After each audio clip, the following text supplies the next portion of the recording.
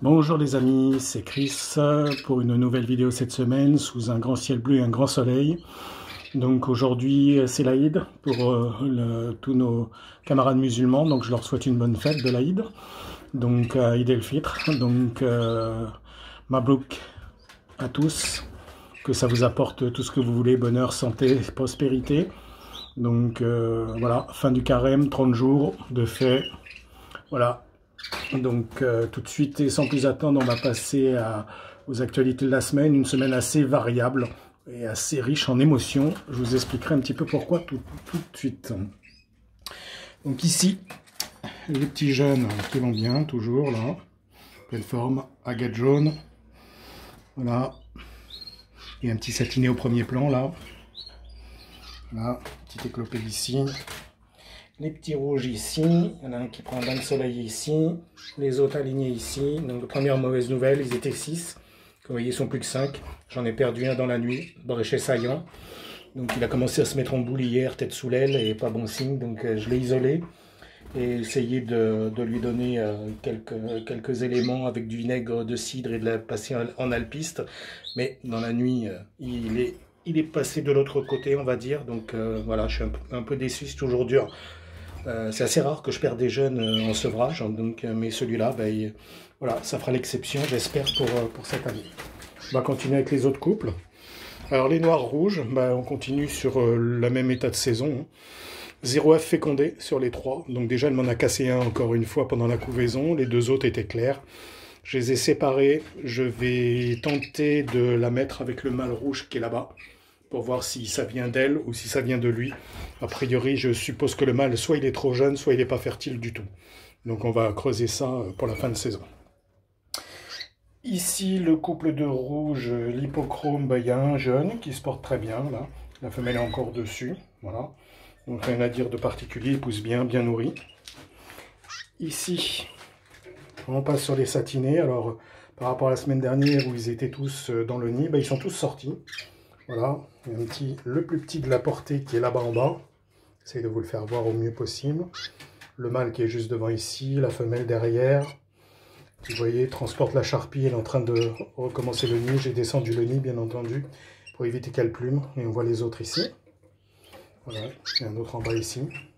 Alors je vous laisse apprécier la taille, vous verrez après par rapport aux autres qui sont nés en même temps qu'eux, la différence. Donc voilà, là, donc, la femelle bidouille la charpie depuis hier. Donc où j'ai changé le nid, oui, elle fait un peu n'importe où. Voilà. Ici le couple rouge, l'hypochrome le mâle, la femelle dans le nid ici, mon ivoire, elle a fait un œuf hier, pas d'œuf ce matin. Donc on va attendre. Bon, elle a fait son nid assez rapidement, mais hier j'ai vu qu'elle retouchait encore le nid. Ici, la femelle à gauche, le mâle à droite de satiné, avec les 4 petits qui se portent toujours bien et qui grandissent. Voilà, on les voit ici. Donc, il y a 3 yeux noirs et 1 yeux rouge. Voilà. J'essaie de vous les cadrer un peu mieux. Et voilà les petits gars. Voilà, donc ça pousse bien. Un peu plus d'une semaine maintenant. Les yeux commencent à s'ouvrir. Voilà. Voilà. Ici, la femelle est en train de refaire le nid. Il a fait que j'enlève une des mangeoires en bas parce qu'elle avait tendance à le faire dedans. Le bidouille la charpie depuis hier. Et alors, vous allez voir. Ici, c'est les petits jeunes, voilà, le plus petit de la portée. Ils ont 1 jour de plus que les satinés que je viens de vous faire voir juste avant. Voilà, je ne sais pas où sont perchés les 2 autres. Oh, il y en a un qui est là. Voilà, et l'autre qui doit être sur le bord du nid, je pense. Ah non, il est au fond là-bas. Voilà. Au fond là-bas, par terre. Voilà.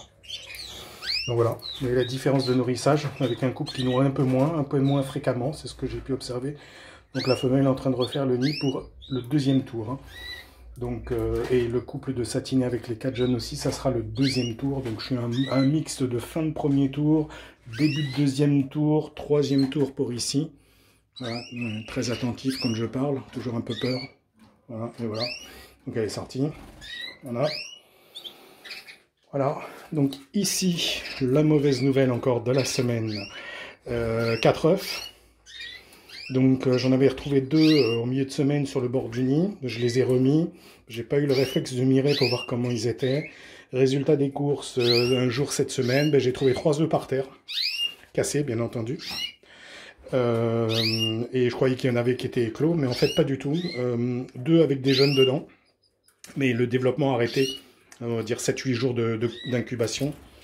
Potentiellement c'était les 2 qui ont été sur le bord du nid, et les 2 autres étaient clairs. Voilà, donc j'ai enlevé au repos. Donc deuxième tour pour eux, elle va attaquer le 3e tour, je pense d'ici peu. Pour le moment, je vais se reposer. Ici, le couple dit de champion agate mosaïque jaune, enfin agate opale mosaïque jaune. La femelle est au nid. L'œuf est fécondé, il a continué à se développer. Je pense que soit ça arrivera demain, je pense, plutôt qu'aujourd'hui. Aujourd'hui, c'est un peu tard maintenant et j'ai pas trouvé de coquille, mais bon. Voilà, elle couvre, mais l'œuf est bien développé, hein, donc il reste très peu de place dans l'œuf, donc ça devrait pas tarder. Voilà pour eux. Qui j'ai oublié? Ben, personne, je crois. Voilà. Donc voilà, et puis là, on a toujours le célibataire et l'hermaphrodite, là. Hein. Donc aujourd'hui, c'était bain. Ça commence à faire un petit peu chaud. Je crois que j'ai 25 ou 26, non, même pas. J'ai 24 degrés dans la pièce, donc voilà. On aère pas mal et on fait attention. Donc je vous disais que la semaine avait été mouvementée, je vais vous expliquer pourquoi. Un soir, j'ai cherché quelque chose dans le garage qui est juste la pièce d'à côté. J'ai entendu un bruit bizarre dans la pièce d'élevage. Vous savez, quand on connaît ces oiseaux, on sait quand ils vont bien ou quand il y a un petit souci d'inquiétude. Alors je vous fais un gros plan sur cette cage-là. Pourquoi? Ben, j'ai entendu un bruit sur le journal, là, comme ça. Et je me disais, tiens, il se chamaille ou quoi que ce soit. Je suis rentré et j'ai vu dépasser de la cage ici en bas une queue de serpent. Donc une couleuvre qui était rentrée dans la cage. Je ne sais pas par où elle est passée, mais qui était en train d'essayer de choper les oiseaux. Gros coup de stress, tellement de stress que j'ai pas pensé que ça pouvait être une race protégée. Je l'ai éclaté. Donc voilà. Donc le pauvre serpent, entre guillemets, a fini de vivre. Mais il ne faut pas toucher à mes oiseaux, ça c'est sacré. Voilà. Voilà, donc je suis dans un mix de fin de premier tour, début de deuxième, début de troisième. Donc un peu de tout dans l'élevage. Ça s'est même pas mal décalé entre ceux qui ont développé des jeunes, enfin élevé des jeunes et d'autres qui n'ont pas réussi. Donc voilà, c'est une période toujours un peu délicate, difficile à tenir les cages propres parce qu'il y a les jeunes qui rajoutent leur collecte de fientes. Il y a les parents qui refont une deuxième nichée, donc j'ai de la charpie partout. Donc pas évident, mais bon, c'est comme ça. Le premier tour avait été bon, bon, même s'il n'est même pas encore fini, hein, parce qu'il y a eux qui sont, donc, premier tour, et ici, premier tour. Hein. Voilà. Donc premier tour correct. Par contre, un deuxième tour aujourd'hui catastrophique, parce que si je compte ceux qui ont fait le deuxième tour, donc eux, 0 sur 3, elle, 1 fécondé sur 3, voilà. Ici, 0 sur 5, enfin ils étaient fécondés, mais aucune éclosion, bien entendu. Et ici, 2 fécondés et 0 éclosion, donc sur 4. Hein. Donc voilà, il y a eux qu'on espère qu'ils vont relever le niveau. S'ils me feraient sortir un deuxième tour avec, je dirais, 5 jeunes. Regardez, 4 ici, 4 d'ici, et celui là-bas, 5, versus 18 au premier. Donc c'est toujours délicat, le deuxième tour, je trouve. C'est souvent quelque chose qu'on entend chez les éleveurs, du fait de la présence des jeunes qui gênent les parents en termes, je dirais, d'accouplement et de préparation à l'accouplement pour le deuxième tour. Ils gênent aussi beaucoup dans la couvaison. Donc surtout, elle a été beaucoup perturbée par ces jeunes. Difficulté du nid intérieur versus le nid extérieur. Voilà. Une femelle qui couve entre 2 tours en extérieur est moins embêtée.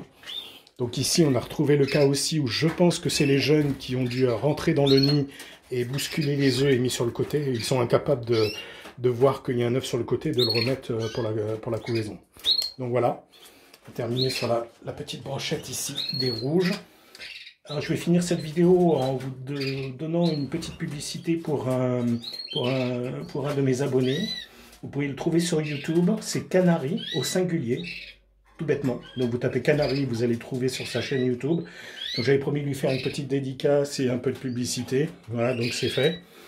Et voilà les amis, ça sera tout pour cette semaine. À bientôt pour de nouvelles aventures. Je remercie tous mes amis abonnés. Un gros coucou au groupe WhatsApp. Donc Greg, ne lâche pas l'affaire, on est toujours avec toi, ne t'inquiète pas.